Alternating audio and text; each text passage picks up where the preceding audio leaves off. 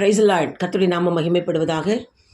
இந்த நாள் காலையில் நம்முடைய தியானத்துக்கு என்று நம்ம எடுத்துக்கொண்ட வேத பகுதி லூக்கா எழுதின சுவிசேஷம் 22வது அதிகாரத்தில் 36, 37 வசனங்கள். அப்பொழுது ஒரு வேலைக்காரி அவனை நெருப்பண்டையிலே உட்கார்ந்திருக்க கண்டு அவனை உற்று பார்த்து, இன்னும் இவனும் அவனோடு இருந்தான் என்றாள். அதற்கு அவன், ஸ்திரீயே, அவனை அறியேன் என்று மறுதலித்தான். பேதுரு ஆண்டவரை மறுதலிக்கிற தருணம் இது. I don't even know him, நான் அவரை பார்த்ததே இல்லை, அவர் எனக்கு தெரியவே தெரியாது என்று சொல்லி அவன் பகிரங்கமாய் மறுதலித்தான். டினையல், மறுப்பு அல்லது மறுதலிப்பது என்று அர்த்தம். இந்த அதிகாரத்தில் வாசிக்கும் பொழுது இயேசு கிறிஸ்து காட்டி கொடுக்கப்பட்ட அந்த ராத்திரியில் பந்தி இருக்கிற சீஷர்களிடத்துல ஒரு வார்த்தை என்ன சொல்லுகிறார் என்றால், என்னை காட்டி கொடுக்கிறவன் என்னோட கூட பந்தி இருக்கிறான் என்று கூறுகிறார். அது சொன்ன உடனே சீஷர்களுக்குள்ள ஒரு தர்க்கம் வந்தது, வாக்குவாதம். நம்மளில் யார் அந்த வேலையை செய்ய போகிறது, யார் காட்டி கொடுப்பாங்க? அல்லது ரெண்டாவது அவங்களுக்கு வந்த தர்க்கம் என்ன தெரியுமா, நம்மளில் யார் பெரியவன்? இந்த ரெண்டு விஷயங்களை குறித்து அவர்கள் விவாதித்து கொண்டு வாக்குவாதம் பண்ணி கொண்டு இருக்கிறார் என்று தேவன் அறிந்து அதை குறித்து அவர்களுக்கு சொல்லுகிறார். உங்களில் யார் பெரியவனாக இருக்க விரும்புகிறானோ அவன் இவர்கள் எல்லாருக்கும் படிவனைக்காரனாக இருக்க வேண்டும் என்று சொல்லி தாழ்மையை கற்றுக் கொடுத்து கொண்டே வரும் பொழுது சீமோனை பார்த்து ஸ்பெசிஃபிக்காக ஆண்டவர் ஒரு சில வார்த்தைகளே சொல்லுகிறார். பின்னும் கர்த்தர் 31வது வசனத்தில் வாசிக்கிறோம். பின்னும் கர்த்தர், சீமோனே சீமோனே, இதோ கோதுமையை சுளகினால் புடைக்கிறது போல சாத்தான் உங்களை புடைக்கிறதற்கு உத்தரவு கேட்டுக்கொண்டார். நானோ உன் விசுவாசம் ஒழிந்து போகாதபடிக்கு உனக்காக வேண்டிக் கொண்டேன். நீ குணப்பட்ட பின்பு உன் சகோதரனை ஸ்திரப்படுத்து என்று கூறுகிறார். So God knows that Peter will definitely deny him. ஆண்டவருக்கு முன்னமே தெரியும். ஒரு நல்ல போதகராக, நல்ல டீச்சராக அவர் என்ன செய்கிறார் என்றால், பேதுரு மறுதலிக்க, அதாவது தவறு செய்வதற்கு, to do a mistake, God allowed him. சாத்தான் யோபுவை சோதிப்பதற்கு எப்படி தேவனுடைய சமூகத்தில் போய் அவன் பெர்மிஷன் கேட்டானோ, அதே போல் நம்மை சோதிப்பதற்கென்று பிசாசு ஆண்டவர்கிட்ட பெர்மிஷன் கேட்டு வருவான். So God sometimes allow us to make mistake. பேதுரு மறுதலிப்பதற்கு தேவன் அனுமதித்தார். நீ மறுதலிப்பா என்று சொல்லி முன்னமே அவனுக்கு ஒரு எச்சரிப்பும் கொடுத்தார். ஆனாலும் அவன் மறுபடியும் அந்த தவறு செய்கிறான். இந்த தவறு செய்யும் பொழுது ஆண்டவர் பேதுருக்காக ஜெபித்தாராம். என்ன ப்ரே பண்ணார் தெரியுமா? அவன் மறுதலிக்க கூடாதுன்னு ஜெபிக்கல, அவனுடைய விசுவாசம் அவனுக்கு நிலைத்திருக்கணும், அவனுக்கு அந்த விடாமுயற்சிக்குள்ள அந்த விசுவாசத்தில் அவன் நிலைத்திருக்க வேண்டும் என்று சொல்லி அவனுக்காக விசுவாசம் ஒழிந்து போகாதபடிக்கு ஜெபித்தார். சில சமயங்களில் கர்த்தர் நமக்கும் இப்படிப்பட்ட சூழ்நிலைகளை ஒருவேளை அனுமதித்தால், நம்ம அந்த சோதனையிலிருந்து, அந்த மிஸ்டேக்கிலிருந்து நாம் நல்லா கற்றுக்கொள்ள வேண்டும் என்று சொல்லி, நல்ல விசுவாசத்தை கற்றுக்கொள்ள வேண்டும் என்றும், நம்ம விசுவாசம் மாறிடக்கூடாது, நம்ம ஸ்ட்ராங்காக இருக்க வேண்டும் என்று சொல்லி கர்த்தர் நமக்காக பரிந்து பேசுகிறவராய் இருக்கிறார். பேதுருக்கு அதை தான் ஆண்டவர் செய்தார்.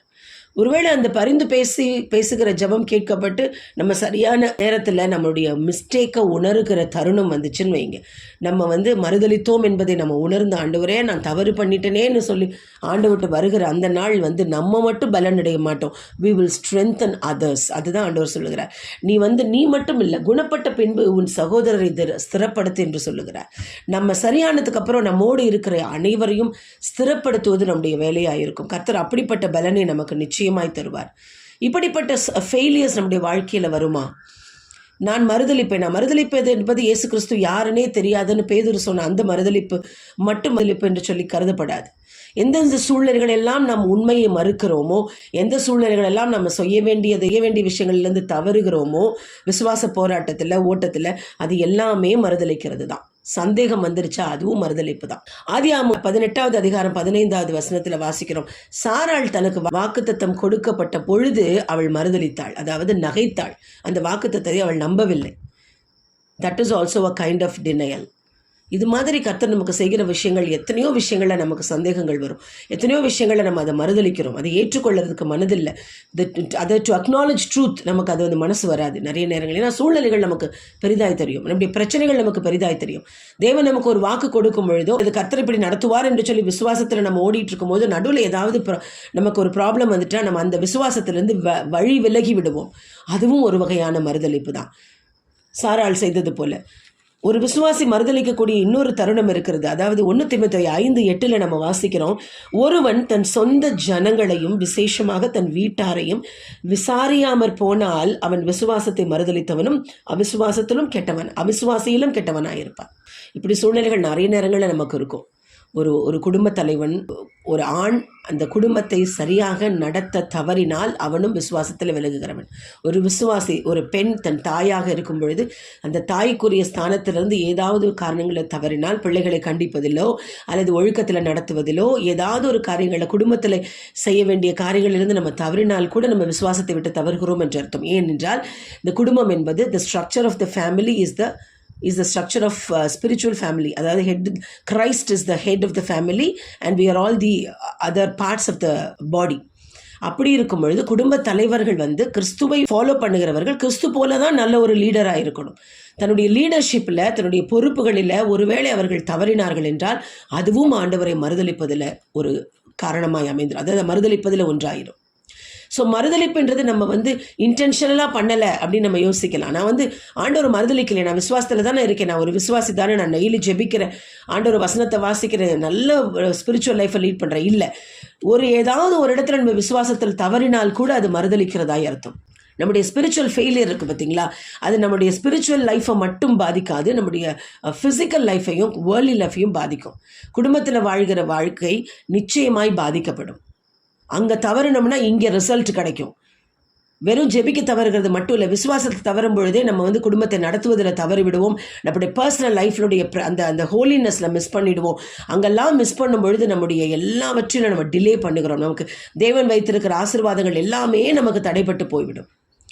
ஆனாலும் கர்த்தர் இன்னொரு விஷயத்தை நம்ம காம்பன்சேட் பண்ணலாம் என்று சொல்லுகிறார். எங்கே தெரியுமா? Self denial. மார்க் எழுதின சுவிசேஷம் 8வது அதிகாரம் 34வது வசனத்தில் நம்ம இப்படி வாசிக்கிறோம்.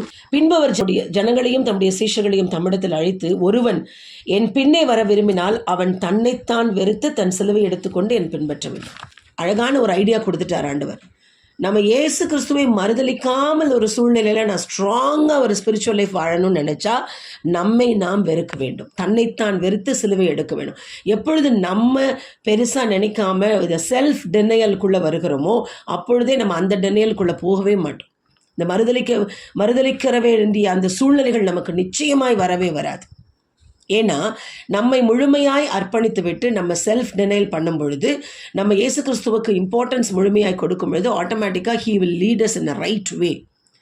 எப்போ நம்ம ஃப்ளஷில் யோசிக்கிறோமோ, எப்பொழுது நம்ம ஃப்ளஷில் நடத்தப்படுகிறோமோ, மாம்சத்தில், அப்பொழுது தான் இந்த மறுதலிக்கிற விஷயங்கள்லாம் வரும். பேதுருக்கு அதுதான் நடந்தது. இயேசு கிறிஸ்து காட்டி கொடுக்கப்பட போகிறார் என்று அறிந்ததுக்கப்புறம், ஈவன் சேவல் கூவுறதுக்கு முன்னாடி 3 தடவை நீ மறுதலிப்பா என்று சொன்னதுக்கப்புறமும் கூட அவர் ஸ்பிரிட்டில் அவரால் இருக்கவே முடியல. He was in flush. அவர் கூட தான் அங்கே இயேசு கிறிஸ்து எங்கே பிடிக்கப்பட்டு போனாரோ அங்கேயே தான் உட்கார்ந்துருந்தார். அருகில் இருக்கும் பொழுதே தான் ஒரு வேலைக்காரி கேட்கிறாள் இந்த கேள்வியை. அவர் ரொம்ப தைரியமாக சொல்கிறார். கூடையே ஊழியம் செய்துட்டு இருந்தவர், கூடையே இருந்தவர். அவர் தைரியமாக சொல்கிறார், எனக்கு அவரை தெரியவே தெரியாது. ஃபிசிக்கலாக ஒருவேளை நம்ம சில நேரங்களில் ஆண்டவரை மறுதலிக்காமல் இருக்கலாம், ஆனால் உள்ள நம்ம நிறைய காரியங்களில் மறுதலித்து கொண்டே இருக்கிறோம். சில சூழ்நிலைகளில் நம்ம ஒரு மாதிரி ஒரு பாலிஷ்டாக சில சமயங்களில் போயிடுவோம். வேலை செய்கிற இடங்களிலோ அல்லது நம்ம வாழ்கிற நம்முடைய நெய்பர்ஹுட்லேயோ எங்கே நம்ம கிறிஸ்துவின் பிள்ளைகள் என்று சொல்லி நம்ம காண்பிக்க வேண்டுமோ, wherever we have to prove Jesus, இயேசுவை நம்ம எங்கெல்லாம் ப்ரூவ் பண்ணணுமோ அந்த இடத்துல ஒருவேளை நம்ம அமைதலாக இருந்து விட்டோம் என்றால் நம்ம அங்கே மறுதலிக்கிறோம் என்று அர்த்தம். வைராக்கியமான கிறிஸ்தவர்களாய் வாழ வேண்டும். சும்மா பேரளவில் ரட்சிக்கப்பட்டு வாழ்ந்திருக்கிறோம் என்பது அர்த்தம் இல்லை. வைராக்கியம் உள்ள கிறிஸ்தவர்களாக இருந்தோம் என்றால் மறுதலிக்கக்கூடிய சூழ்நிலை வராது. அந்த இடத்துல என்ன நான் பெருசாக்கிட்டு இந்த இடத்துல என்ன நான் பெருசாக்கும் பொழுது நான் ஒருவேளை என்ன தப்பாக நினைப்பாங்களோ, என்னுடைய இமேஜ் ஸ்பாயில் ஆகிடுமோன்னு நினச்சி ஆண்டவருடைய காரியங்களை வைராக்கியமாய் நம்ம பேசவில்லை என்றால் அங்கேயும் நம்ம அவரை மறுதலிக்கிறோம் என்று சொல்லி அர்த்தம். இதான் இந்த இடத்துல தான் நமக்கு செல்ஃப் டெனையல் வேணும். நான் அல்ல, எனக்குள்ளே இருக்கிற ஆண்டவர் தான் எப்போவுமே வெளிப்படணும். நான் எப்பெல்லாம் யாரிடெல்லாம் பேசுகிறோமோ அப்பெல்லாம் நான் தெரியக்கூடாது, எனக்குள்ள இருக்கிற கிறிஸ்து தான் வெளிப்படணும் என்று சொல்லி எப்பொழுது முழுமையாய் ஆண்டவருக்கு அர்ப்பணித்து வாழ்கிறோமோ, நம்மை வெறுத்து வாழ்கிறோமோ, அதுதான் சரியான கிறிஸ்தவ வாழ்க்கையாக இருக்கும். Sometimes God allow us to commit mistakes. சில நேரங்களில் அதெல்லாம் ஆண்டவர் அனுமதிக்கிறார். எதுக்கு தெரியுமா? to make us strong. அந்த குணப்பட்ட பின்பு நம்ம மற்றவர்களை குணப்படுத்துகிற அந்த பக்குவம் வரும். பீட்டர் அதே தான் செய்தார், மறுதலித்தார். எல்லாம் முடிஞ்சதுக்கு அப்புறமா ஆண்டவர் நீ பேதுருவாய் இருக்கிறாய், இந்த கல்லின் மேல் என் சபையை கட்டுவேன் என்று சொல்லி அவ்வளோ பெரிய ப்ராமிஸ் ஆண்டவர் கொடுத்தார். யாருக்குமே கிடைக்காத ஒரு பெரிய ஆப்பர்ச்சுனிட்டி ஆண்டவர் பீட்டருக்கு கொடுத்தார். ஏன் தெரியுமா? அவன் மறுதலித்த பின்பு அவன் ஸ்ட்ராங் ஆனான். எப்பொழுது தன் மிஸ்டேக்கை உணர்கிறானோ, எப்பொழுது தன்னுடைய தவறை உணர்கிறானோ அப்பொழுது அவன் ஸ்ட்ராங் ஆகினான். He was aware. நான் செய்தது தவறு என்று சொல்லி உணர்ந்து ஆண்டவருடைய சிலுவையை சுமந்து போகிறதுக்கு அவன் தன்னை ஆயத்தப்படுத்தினான். அப்படிப்பட்ட சூழ்நிலையில் தான் தேவன் நம்மை விரும்புகிறார். இந்த நாளில் நம்ம கற்றுக்கொள்கிற பாடம், தன்னைத்தான் வெறுத்து சிலுவையை சுமந்து கொண்டு ஆண்டவருக்கு பின்னாக போவோம். கர்த்தரை மறுதலிக்கக்கூடிய சூழ்நிலைகள் எப்பொழுதெல்லாம் வருகிறதோ அப்பொழுதெல்லாம் ரொம்ப ஸ்ட்ராங்காக தேவன் தான் நமக்குள் வாழ்கிறார் என்பதை காண்பிப்போம். கர்த்தர் நம்மை ஆசீர்வதிப்பார். ஆமென்.